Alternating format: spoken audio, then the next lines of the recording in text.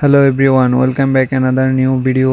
তো আজকে ভিডিওতে আমি এই প্লান্টের ট্যাঙ্কের উপর কাজ করব। তোমরা দেখতে পাচ্ছ প্লান্টের ট্যাঙ্কে অনেকগুলোই প্লান্ট আছে, কিন্তু এগুলা আসলে এলোমেলোভাবে আমি প্লান্টিং করে রেখেছি।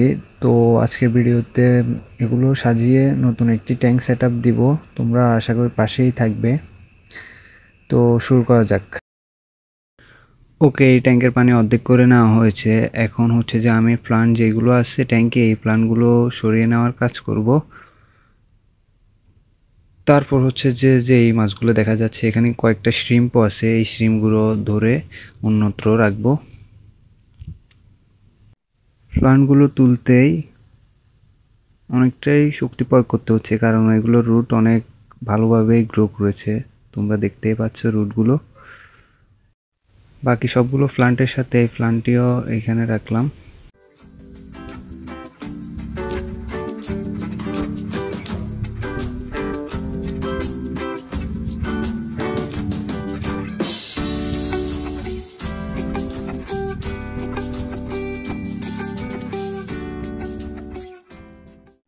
প্লান্টগুলো সরানোর কাজ শেষ। তো এই নেট দিয়ে এই ফিশগুলোকে ক্যাচ করব। এখানে কয়েকটা শ্রিম্পও আছে যেগুলো মোটামুটি বাচ্চা দিবে কিছুদিন পরে।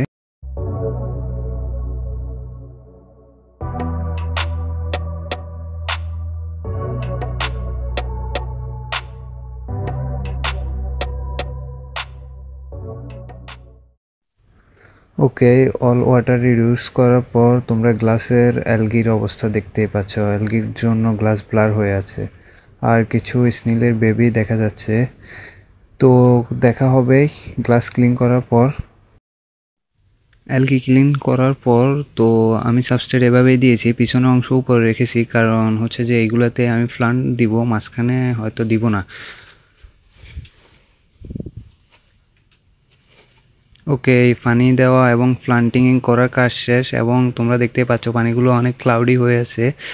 তো আমি এখানে হচ্ছে চিন্তা করছি যে একটা পাওয়ার ফিল্টার দিব, কারণ অতিরিক্ত পানি ক্লাউডি, এটা নর্মালি রাখলে অনেক সময় লাগবে। তো পাওয়ার ফিল্টারটা এটাই দিব আমি।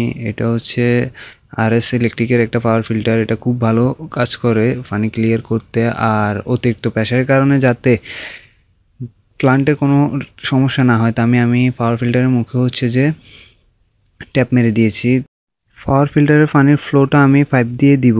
তো তোমরা দেখো আমি কিভাবে পাওয়ার ফিল্টারের ফ্লোটা দিই। একদম নর্মাল ফ্লো থাকবে, কিন্তু খুব তাড়াতাড়ি এবং শীঘ্রই পানি পরিষ্কার করবে। তো এই পাইপটা আমি পাওয়ার ফিল্টারের যে বাতাসের পাইপটা আছে এয়ার দেয়, ওই পাইপটা দিয়ে এখন পানির ফ্লো যাবে।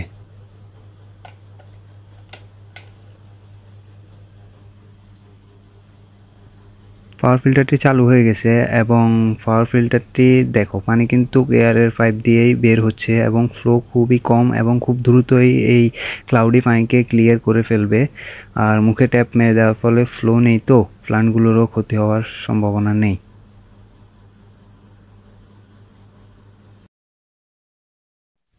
প্রায় 6-7 ঘন্টা চলার পর তোমরা পাওয়ার ফিল্টারের পানি ক্লিয়ারের রেজাল্ট দেখতেই পাচ্ছ। আগে কেমন ছিল, এখন মোটামুটি খুব ক্লিয়ার হয়ে গিয়েছে। এবং আরও কিছুদিন যাওয়ার পর আশা করি একেবারে ক্রিস্টাল ক্লিয়ার হয়ে যাবে। নাও 1 উইক লেট, পানির ক্লিয়ারের রেজাল্টটা তোমরা নিজে চোখেই দেখতে পাচ্ছ। অনেক ক্রিস্টাল ক্লিয়ার হয়ে গিয়েছে, এবং একটা ডিপ ফুড অ্যাড করেছি, আর প্লান্টগুলোও গ্রো করা শুরু করে দিয়েছে।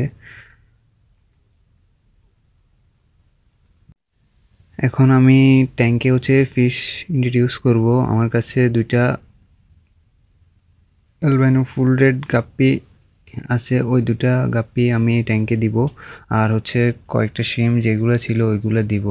আর বাড়তি কোনো ফিশ অ্যাড করব না, কারণ ওই ফেয়ারটাই আমি এই ট্যাঙ্কে রাখতে চাই। তো অ্যালবাইনো ফুল রেড গাপ্পির হচ্ছে বড়টা হচ্ছে ফিমেল, এবং ছোটটা হচ্ছে তোমরা দেখতেই পাচ্ছ মেল। এবং আমি এগুলাকে অ্যাক্লিমেট করার জন্য এখানে কিছুক্ষণ রাখবো।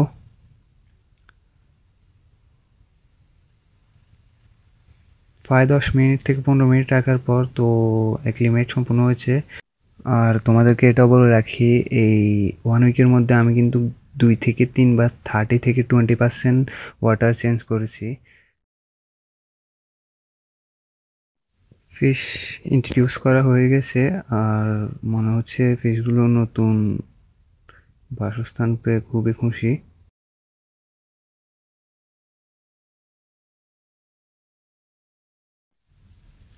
এখানে দেখা যাচ্ছে ওয়ান রেড চেরি শ্রিম। তো এই শ্রিমের সাথে অনেকগুলো শ্রিম্পই আছে, রেড চেরি এবং ব্ল্যাক ক্যাডিনা শ্রিমও কয়েকটা রয়েছে।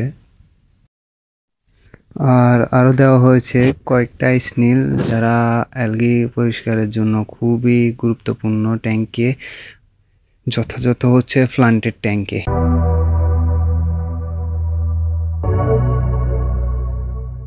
এখন এই মুহূর্তে আমি ওয়ান পেয়ার শিম্প এবং ওয়ান পেয়ার গাপ্পি ফিশের জন্যই এই ট্যাঙ্কটি সেট আপ করেছি। পরবর্তীতে যদি অন্য কোনো ফিশ বা শিম্প আমি আরও অ্যাড করি এই ট্যাঙ্কে, তো তোমাদেরকে আমি শর্টের মাধ্যমে জানিয়ে দিব, অবশ্যই তোমাদের সাথে আমি এটা শেয়ার করব।